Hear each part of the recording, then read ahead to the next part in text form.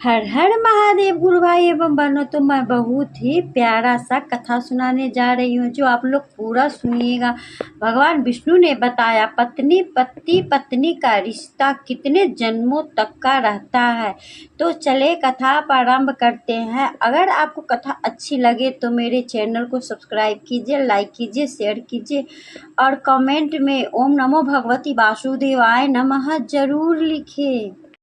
प्राचीन काल की बात है। भगवान विष्णु और माता लक्ष्मी क्षीर सागर में शेषनाग की शैया पर विश्राम कर रहे थे और माता लक्ष्मी भगवान विष्णु के पैर दबा रही थी। तभी माता लक्ष्मी कहती है, हे स्वामी, मेरे मन में आज एक प्रश्न उठ रहा है, कृपया आप बताकर मेरे मन की जिज्ञासा को शांत करें। तभी भगवान विष्णु कहते हैं, हे देवी, पूछो, तुम्हारी वह कौन सा प्रश्न है।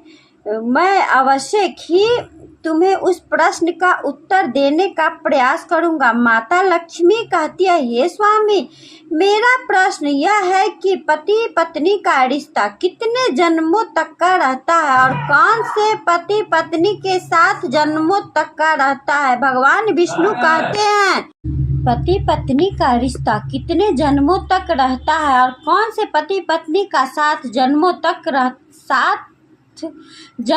रहता है। भगवान विष्णु कहते हैं, हे देवी, आपके प्रश्न का उत्तर महादेव की एक कथा में छिपा हुआ है। तुम इस कथा को पूरा सुनो, इससे तुम्हें पता चल जाएगा कि पति पत्नी का रिश्ता कितने जन्मों तक रहता है। माता लक्ष्मी कहती है, हे स्वामी, कृपा आप जब इस कथा को सुनिए, मैं इस कथा को पूरे मन से सुनाऊंगी। फिर भगवान विष्णु कहते हैं, हे देवी, जो भी स्त्री पुरुष इस कथा को सुनते हैं वे समझ जाते हैं कि पति पत्नी का रिश्ता कितने जन्मों तक का होता है या रहता है। दोस्तों, आप सभी से निवेदन है कि इस कथा और कहानी को पूरा अंत तक जरूर सुने, आधा अधूरा बिल्कुल न छोड़े। कहा जाता है, कोई भी आधा अधूरा कथा या कहानी नहीं सुनना चाहिए, इससे भगवान रुष्ट हो जाते हैं और पूरा सुनने से खुश हो जाते हैं, तो मन इच्छित वर देते हैं। तो आप लोग पूरा कथा जरूर सुनिएगा और पसंद आए तो वीडियो को लाइक करें, चैनल को सब्सक्राइब करें। जय श्री विष्णु, हरि ओम नमो भगवती वासुदेवाय नमः, हर हर महादेव। फिर आगे भगवान विष्णु माता लक्ष्मी को कथा सुनाते हुए कहते हैं, हे देवी, एक बार की बात है, माता पार्वती शिव जी से कहती है, हे प्रभु, मैंने देखा है कि पृथ्वी लोक पर कुछ स्त्री पुरुष बड़े ही प्रेम से जीवन जीते हैं। यहाँ तक कि कुछ स्त्री पुरुष तो एक पल के लिए भी दूर नहीं होते, एक दूसरे को देखकर ही जीते हैं और दोनों की जोड़ी जन्म जन्मांतर तक बनी रहती है। तो हे प्रभु, मैं जानना चाहती हूँ कि क्या इस कलयुग में भी पति पत्नी की जोड़ी दूसरे जन्मों में मिल पाती है या नहीं, और साथ ही साथ कुछ चर्चा भाग्य को लेकर भी चाहती हूँ कि जो भाग्य में नहीं होता, क्या वह मनुष्य को प्राप्त हो सकता है। भगवान शिव कहते हैं, हे पार्वती, मैं तुम्हारे मन की बात ठीक से समझ चुका हूँ। अब मैं तुम्हें एक छोटी सी कहानी सुनाता हूँ। इस कहानी को बड़े ही मन से सुनना, क्योंकि इस कहानी को सुनने से तुम्हें दो ज्ञान प्राप्त होंगे। पहला, स्त्री पुरुष का नाता कितने जन्मों तक का रहता है। दूसरा, भाग्य में जो नहीं होता वह भी नहीं मिलता। भगवान शिव कहते हैं, हे पार्वती, एक राजकुमारी थी जो तू पूरी तरह से चरित्रवान थी, जिसकी शादी एक चरित्रवान राजकुमार के साथ हुई थी। दोनों की जीवन का आनंद सुख और वैभव के साथ ले रहे थे। उन्हें धन की कोई कमी नहीं थी, कमी थी तो एक संतान की, जिसको लेकर राजकुमारी चिंताग्रस्त रहती थी। समय धीरे धीरे गुजरता गया। एक दिन राजकुमारी की तबीयत अचानक खराब हो गई। फिर वह राजकुमार से बोली, प्रीतम, मैंने आपको बहुत प्यार किया, मैंने आपकी बहुत सेवा की, भजन पूजा भी की, मगर मैं आपकी एक खुशी पूरी नहीं कर पाई, वह है संतान। को जन्म देने की खुशी। मुझे आभास हो रहा है कि मेरा जीवन कुछ पलों में ही समाप्त होने वाला। मलाल मत करना, मेरे ना रहने के बाद मेरी यादों में जीवन जीना। मैं आपको वचन देती हूँ, अगले जन्म में फिर आपकी पत्नी बनूंगी। तब मैं आपकी संतान की इच्छा अवश्य पूरी करूंगी। और फिर इतना कहते ही वह राजकुमारी की मृत्यु हो जाती है। फिर भगवान विष्णु माता लक्ष्मी से कहते हैं, हे देवी।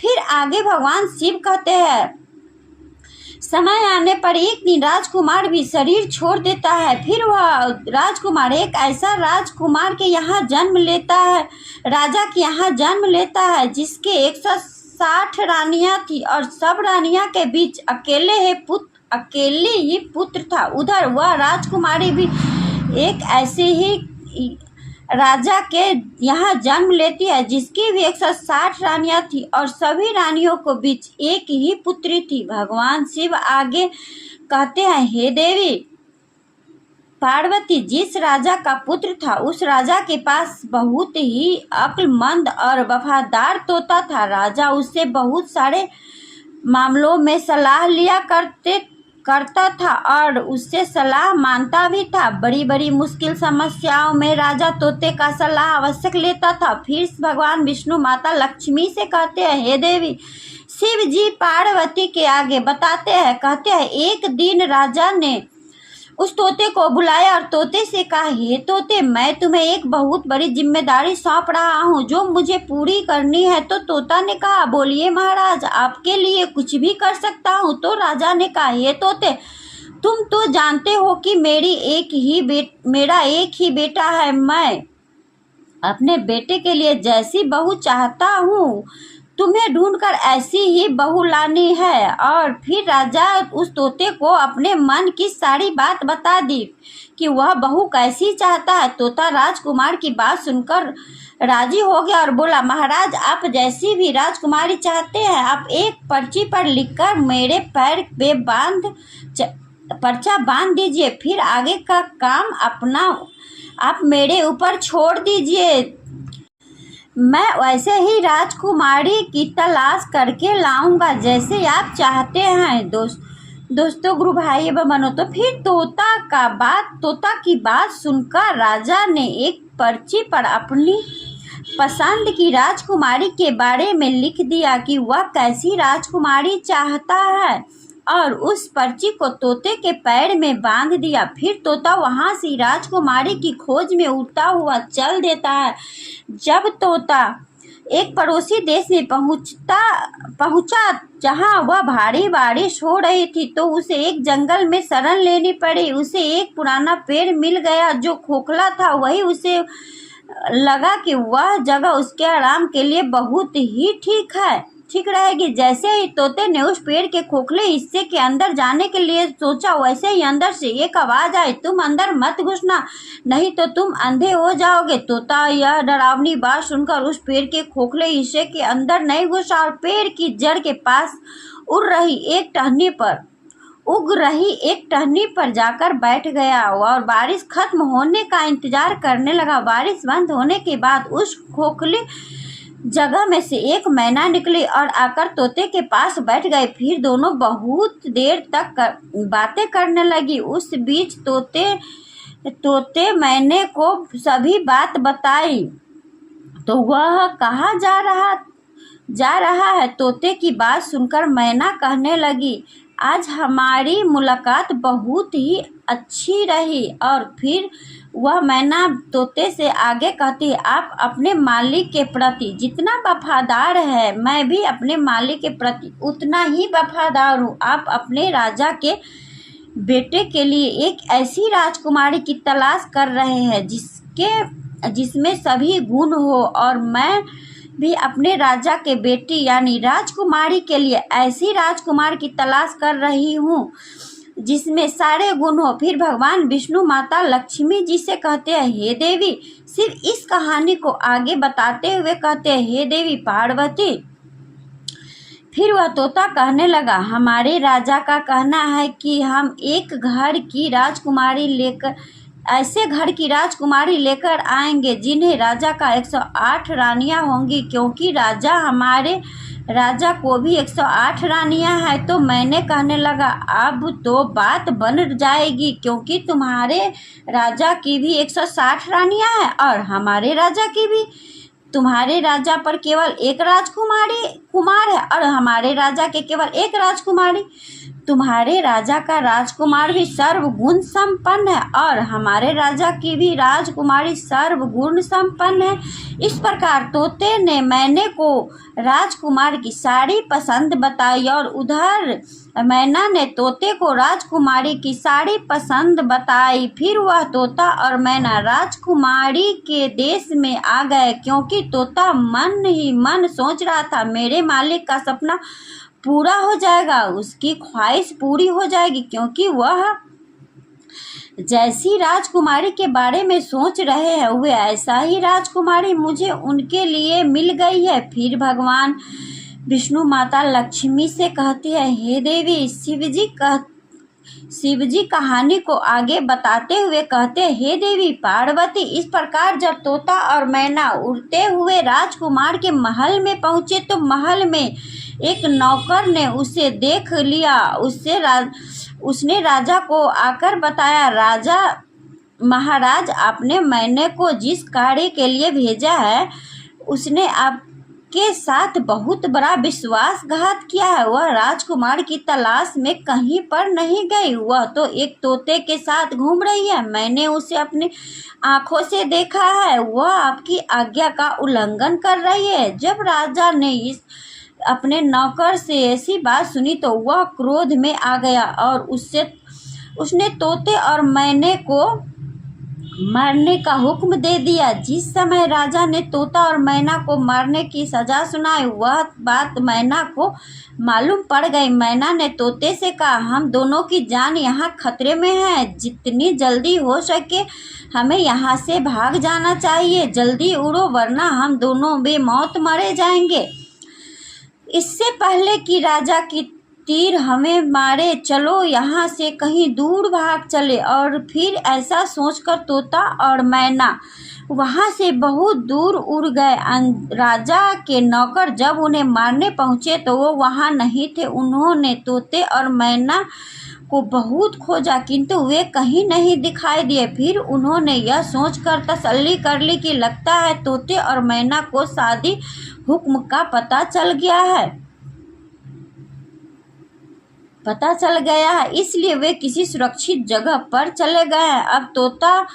अब तोता और मैना ने कुछ दिन तक इंतजार किया ताकि लोग बात को भूल जाए। फिर वे आपस महल आए और आकर तोता राजा के दाएं घुटने पर और मैना बाएं राजा के बाएं घुटने पर बैठ गई। फिर तोता और मैना ने राजा से पूछा, आप हमें क्यों मारना चाहते हैं? हम तो आपके वफादार हैं, आपके महल के नौकर हमसे जलते हैं, इसलिए उन्हें आपसे हमारी बुराई की है।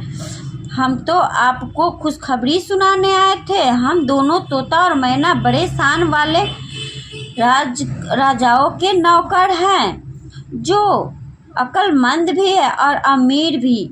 हमने हमेशा आपके साथ वफादारी की है। आप तोता और मैना हमने अपने मन की बात बताते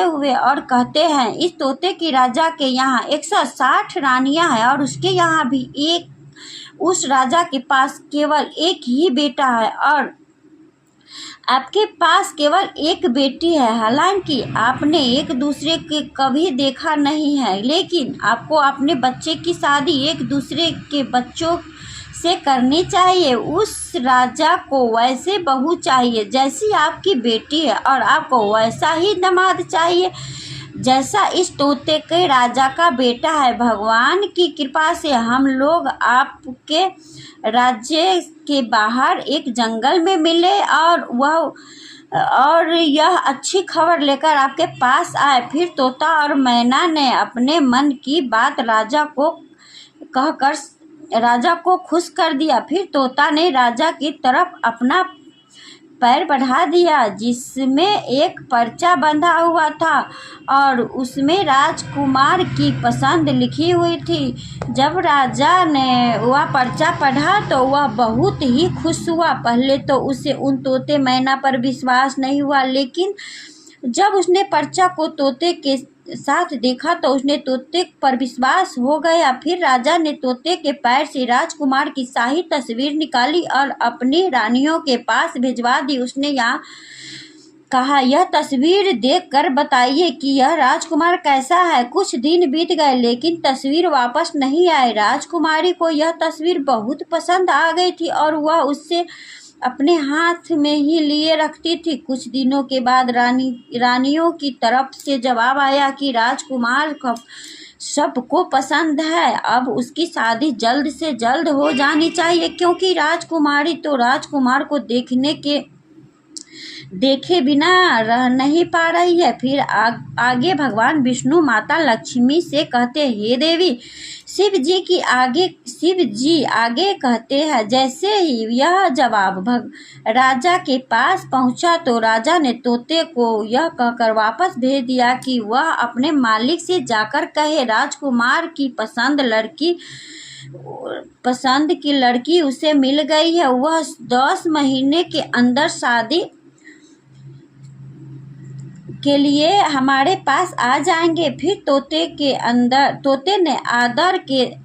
को आदर के साथ झुक कर राजा को प्रणाम किया और अपने देश को उड़ता हुआ चल दिया। अपने देश पहुंचकर तोता ने राजा को अपनी यात्रा की सफलता के बारे में बताया। यह सुनकर राजा बहुत ही खुश हुआ कि उसे जैसी बहू चाहिए थी वैसे ही राजकुमारी उसके बेटे के लिए मिल गई है। फिर राजकुमार ने तुरंत ही उस शानदार मौके को शानदार तरीके से मनाने की हुक्म दे दिया। राजकुमार के लिए सबसे कीमती और बढ़िया कपड़े बनवाए गए। घोड़े के लिए बहुत शानदार जीन तैयार की गई। सिपाहियों के लिए भी नई और भव्य वेशभूषा की तैयारी की गई। बहुत सारी चीजें जैसे अनमोल हीरे जवाहरात, बढ़िया कपड़े, मुश्किल से मिलने वाले फल, कीमती मसाले और उत्तम किस्म के इत्र आदि इकट्ठा किए गए। राजा ने हर चीज को खुद याद करके एक करके मंगवाया। महीने जल्दी ही गुजर गए। इतनी तैयारियां में समय कब बीत गए राजा को पता ही नहीं चला। पर अफसोस, शादी के कुछ दिन पहले ही राजकुमार का पिता बीमार पड़ गया और उसका देहांत हो गया। यह पूरे परिवार के लिए बहुत बड़ा धक्का था। राजकुमार को अपना जाना टालना पड़ा। ऐसे समय पर शादी के लिए जाना अपने पिता का अपमान करना माना जाता। जैसे ही राजकुमार के पिता की मृत्यु का शोक समाचार समाप्त हुआ, राजकुमार तोते के साथ राजकुमारी से विवाह करने के लिए निकल पड़ा। उधर राजकुमारी का राज्य बहुत दूर नहीं था, इसलिए राजकुमार बहुत ही शीघ्र वहां पहुंच गया। फिर राजकुमार ने अपने डेरे राजकुमारी के महल के पास बगीचे में डाल दिए, किंतु अगर वह राजकुमार उस बगीचे में ना घुसा होता तो अच्छा होता, क्योंकि वही उसका प्रिय तोता मारा गया। बगीचे के माली ने उस तोते को मार डाला, क्योंकि वह तोता एक आम के पेड़ पर बैठकर आम खा रहा था और वह आम राजकुमार की ओर फेंक रहा था। यह बात माली को पसंद नहीं आई और उसने क्रोध में आकर तोते को मार दिया। जैसे ही यह मुसीबत राजकुमार पर आई, कुछ ही समय बाद खबर आई कि राजकुमारी के पिता ने अपनी बेटी की शादी उससे करने से इनकार कर दिया है, क्योंकि उसका पिता मर गया है। अब बगीचे में डेरा डालने के कुछ दिन बाद राजकुमारी सैर करने के लिए बाहर जा रही थी। इत्तेफाक से वह उसी रास्ते से गुजरी जिस पर वह बगीचा जिस पर वह बगीचा था। उसने उस बगीचे की ओर नजर डाली और वही राजकुमार को देख लिया। राजकुमारी ने राजकुमार को तुरंत पहचान लिया, क्योंकि उसकी तस्वीर अभी भी उसके पास थी। उसने उस समय तो बहुत कुछ नहीं कहा, पर धीरे अपने महल लौट आई, क्योंकि उसे अपना प्रेमी मिल गया था। उसी समय से उसे सब कुछ बहुत अच्छा लगने लगा। शाम को खाने के समय राजकुमारी ने अपने खाने में से आधा खाना खाया और बचा हुआ आधा खाना राजकुमार की तस्वीर के साथ राजकुमार को भिजवा दिया। उसने अपनी दासी से कहा कि वह राजकुमार से कहे कि वह उस खाने को खा ले, और अगर वह न खाए तो उसमें अपनी उंगली घुसा दे। दोस्तों, फिर आगे भगवान विष्णु माता लक्ष्मी से कहते, हे देवी। शिवजी पार्वती को आगे कथा सुनाते हुए कहते हैं कि हे देवी। वह दासी ने वैसा ही किया। जब राजकुमार ने खाना नहीं खाया तो इस दासी ने उससे खाने के प्लेट में उंगली घुसाने के लिए कहा। जब उसने प्लेट में रखे चावल में अपनी उंगली डाली तो उसमें एक तस्वीर निकली। उसने सोचा कि राजकुमारी तो मुझे प्रेम करती है। ऐसा सोचकर उसने अपनी हाथ बढ़ाए और एक चिट्ठी राजकुमारी के नाम लिखी और उसे उस दासी को देकर वापस भेज दिया। जब वह दासी राजकुमार के महल पहुंची और राजकुमारी ने वह चिट्ठी देखकर पढ़ी तो उसके मन में राजकुमार से मिलने की तीव्र इच्छा जाग उठी। उसने आधी रात को असरफियों से भरा एक थैला लिया और उस बगीचे की ओर चल दी जहां वह राजकुमार ठहरा हुआ था। राजकुमारी बोली, तुम आश्चर्य में मत पड़ो। मैं तुम्हें बहुत प्यार करती हूँ और इसलिए मैं छिपकर तुम्हारे पास आई हूँ। मेरे पिता तुमसे शादी की इनकार नहीं देंगे। चलो अपना घोड़ा तैयार करो और मुझे अपने साथ अपने देश ले चलो, जहां हमारा कोई कुछ नहीं बिगाड़ सकेगा। फिर राजकुमारी और राजकुमार दोनों ही एक घोड़े पर सवार होकर राज्य की बाहर निकल गए। वे एक ऐसे स्थान पर पहुंच गए जहां उनकी जान बहुत बड़े खतरे में पड़ गई। वे जिस नगर में पहुंचे वहां एक जादूगरनी रहती थी। उसकी भी एक बेटी थी। जैसे ही उसकी बेटी ने राजकुमार को देखा, वह राजकुमार से प्रेम कर बैठी और उसे विवाह की दृढ़ प्रतिज्ञा कर ली। वह जादूगरनी मन में सोचने लगी कि शादी राजकुमार के साथ कैसे होगी। फिर उसने एक तरकीब सोची। उसकी बेटी भी यही सोचने लगी कि आखिर मेरी शादी इस राजकुमार के साथ कैसे होगी। फिर उसने एक तरकीब सोची कि बेटी भी यही सोचने लगी कि आखिर मेरी शादी उस राजकुमार के साथ कैसे हो सकती है। फिर उसने भी एक तरकीब सोची और अपने माँ से कहा कि राजकुमार और राजकुमारी को अपने घर खाने के लिए बुलाओ। अपनी बेटी की बात मानकर जादूगरनी ने राजकुमार और राजकुमारी को अपने घर भोजन के लिए बुलाया। जब राजकुमार और राजकुमारी उस जादूगरनी के घर पहुंच गए तो जादूगरनी ने राजकुमार को एक कमरे में बुलाया और उसके गले में रस्सी का फंदा डाल दिया। फंदा डालते ही राजकुमार एक भैंस के रूप में बदल गया। फिर जादूगरनी ने उस पीछे वाले दरवाजे से बाहर एक सुरक्षित स्थान पर भेज दिया और अपनी बेटी को भी उसके साथ भेज दिया। अब राजकुमारी भोजन करने के बाद अपने राजकुमार को ढूंढने लगी, मगर वह तो अब भैंस बन चुका था। वह उसे कैसे मिल पाता। उधर सारा दिन भैंसा जादूगरनी की बेटी के पीछे पीछे घूमता रहा। वह लड़की जहाँ भी जाती भैंसा उसके पीछे जाता। राजा को जब वह राजकुमारी की बेटी भैंसे के गले में रस्सी का फंदा निकाल देती तो वह राजकुमार फिर से मनुष्य बन जाता। लेकिन जैसे ही सुबह होती वह फिर से रस्सी का फंदा उसके गले में डाल देती और वह फिर से भैंस बन जाता। दिन भर वह उसके साथ बाहर घूमता रहता। उधर राजकुमारी को राजकुमार से मिलने के कई दिन बीत गए। वह पागलों की तरह उसे इधर उधर ढूंढ रही थी। वह बहुत ही दुखी थी।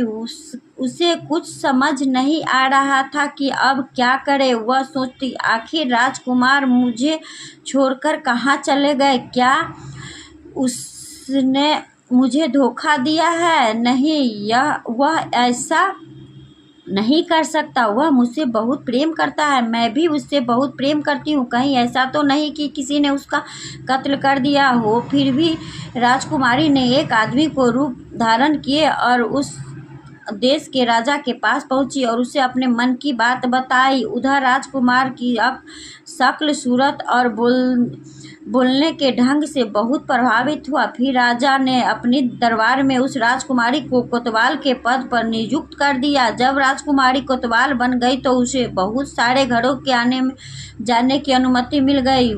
इस वजह से उसे बहुत सारे घरों की भेद मालूम होने लगे। इस प्रकार राजकुमारी कोतवाल बनकर राजा के यहाँ काम करने लगी। समय धीरे धीरे बीतता गया, कई साल गुजर गए। फिर एक दिन राजा की मृत्यु हो गई। उधर सभी नगरवासी उस कोतवाल को राजा बना देते हैं, क्योंकि उस कोतवाल राजकुमारी का व्यवहार जनता के प्रति बहुत ही अच्छा था। फिर वह उस दिन उसी नगर के एक व्यक्ति भैंस बेचने के लिए उस राजा के रूपी राजकुमारी के पास आया। राजा रूपी राजकुमारी उस व्यक्ति का भैंस खरीद लिया। वह भैंस बहुत ही काम का था। वह किसी भी खोई चीज को सूंघ कर बता सकता था। फिर एक दिन अचानक वह भैंस कहीं गुम हो गया। राजा ने उस नगर को सूचना भिजवा दी कि इस नगर में जितने भी भैंस हैं हमको यहाँ पर इकट्ठा किए जाए। उधर यह सूचना उस जादूगरनी के पास ही पहुंची। अब सभी नगर के भैंस राजा के सामने एकत्रित हुए, मगर उस जादूगरनी ने अपना भैंस, जो भी वास्तव में एक राजकुमार था, राजा के दरबार में नहीं भेजा। अब सैनिक ने राजा रूपी राजकुमारी को यह बात बताई कि जादूगरनी ने अपना भैंस नहीं भेजा तो वह एकदम से भड़क गई। उसने आदेश दिया कि उस भैंस को जबरदस्ती दरबार में लाया जाए। जैसे ही सैनिक ने उस भैंस को गले में फड़ी हुई रस्सी को जोर से खींचा, वैसे ही वह रस्सी गर्दन से निकल गई और रस्सी निकलते ही वह भैंस, जो वास्तव में राजकुमार था, अपने असली रूप में लौट आया। फिर तो उस राजकुमारी रूपी राजा को सपना साकार हो गया। वह दौड़कर राजकुमार के गले लग गई। उसने उस जादूगरनी बुढ़िया को पकड़वा कर कारागार में डलवा दिया। राजा रूपी राजकुमारी ने सभी नगरवासियों से कहा, मुझे अपने राजकुमार से मिलने के लिए एक आदमी का रूप लेना पड़ा। मैं एक औरत हूँ, इसलिए आज से आप सभी हमारे राजकुमार को अपना राजा और हमें अपनी रानी समझे। इस प्रकार नगरवासियों में खुशी की लहर दौड़ पड़ी। उसने राजकुमार को अपना राजा और राजकुमारी को अपनी रानी स्वीकार कर लिया। इधर राजकुमार राजा बना और वह राजकुमारी रानी। फिर जादूगरनी की बेटी को रानी ने कैद खाने से डलवा दिया, क्योंकि उसने पूर्व जन्म में अपने पति को झूठा दोष लगाकर एक राजा के कैद में डलवा दिया था। इसलिए उसे अब भी राजा के कैद का सामना करना पड़ा। राजा और रानी एक दिन घूमने के लिए निकले। जब वे जंगल से होकर गुजर रहे थे तो एक पेड़ के पास खड़े होकर आराम करने लगे। वह पेड़ कई साल पुराना था। उसी पर राजकुमार और राजकुमारी ने अपने पूर्व जन्म का एक प्रेम चिन्ह बनाया था, जो अब भी सुरक्षित था। जैसे ही उसकी नज़र उस प्रेम चिन्ह पर पड़ी, उन्हें अपने पूर्व जन्म की सारी घटनाएं याद आ गई। उन्हें पुराना जीवन, पुरानी बातें याद आ गई और उसने जीवन में एक खुशी की लहर दौड़ पड़ी। राजकुमारी ने कहा, मुझे सब कुछ याद आ गया। आपको बहुत प्रेम करती थी, आप भी मुझे बहुत प्रेम करते थे। मैंने आपकी बहुत सेवा की थी। केवल मुझे एक ही मलाल था कि मैं आपकी खुशी के लिए एक संतान को जन्म नहीं दे सकी, लेकिन इस जन्म में फिर हम दोनों एक मिले हैं, पति पत्नी के रूप में। यह हमारा प्रेम था, इसलिए हम फिर मिले हैं। मुझे पूरा विश्वास है कि इस जन्म में ईश्वर हमारी अवश्य सुनेगा और आपको संतान की सुख अवश्य प्राप्त होगी। फिर समय धीरे धीरे गुजर गया। पूर्व जन्म के जो भी अधूरे भाग्य में थे वे सभी इस जन्म में पूरे हो गए। रानी गर्भ धारण किए और अपने आने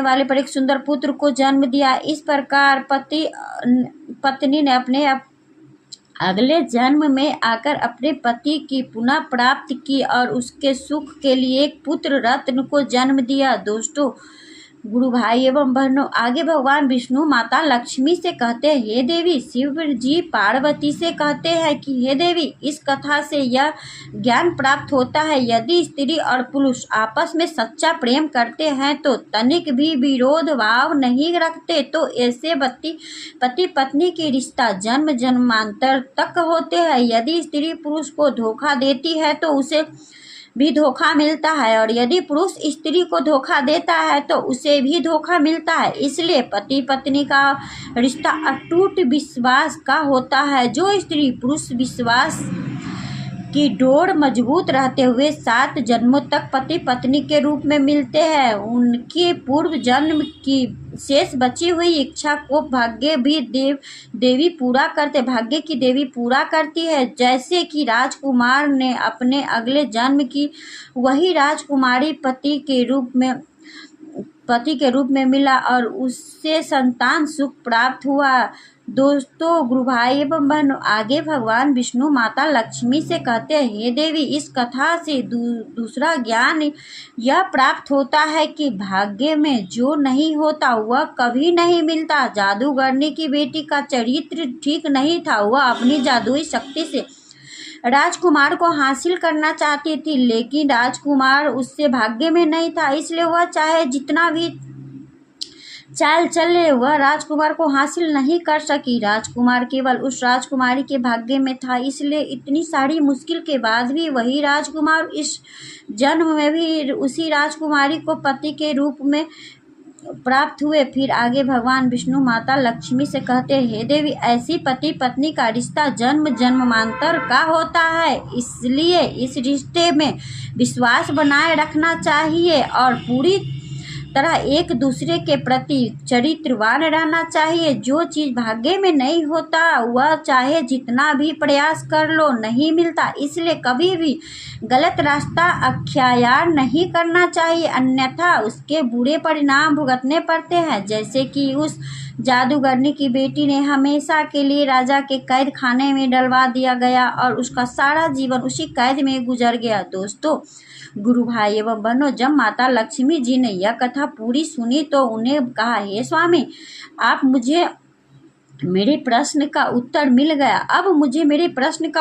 गया और मैं यह कथा सुनकर पूर्ण संतुष्ट हो गई हूँ। प्रेम से बोलिए ओम नमो भगवती वासुदेवाय नमः। श्री हरि विष्णु। ऐसे ही और रोचक कथा और गाना सुनने के लिए, वीडियो देखने के लिए मेरे चैनल को सब्सक्राइब कीजिए, बेल आइकन को प्रेस कीजिए और शेयर कीजिए। कमेंट में ओम नमो भगवती वासुदेवाय नमः जरूर लिखिए। आपको ये कथा कैसी लगी कृपया कमेंट करके ज़रूर बताएं।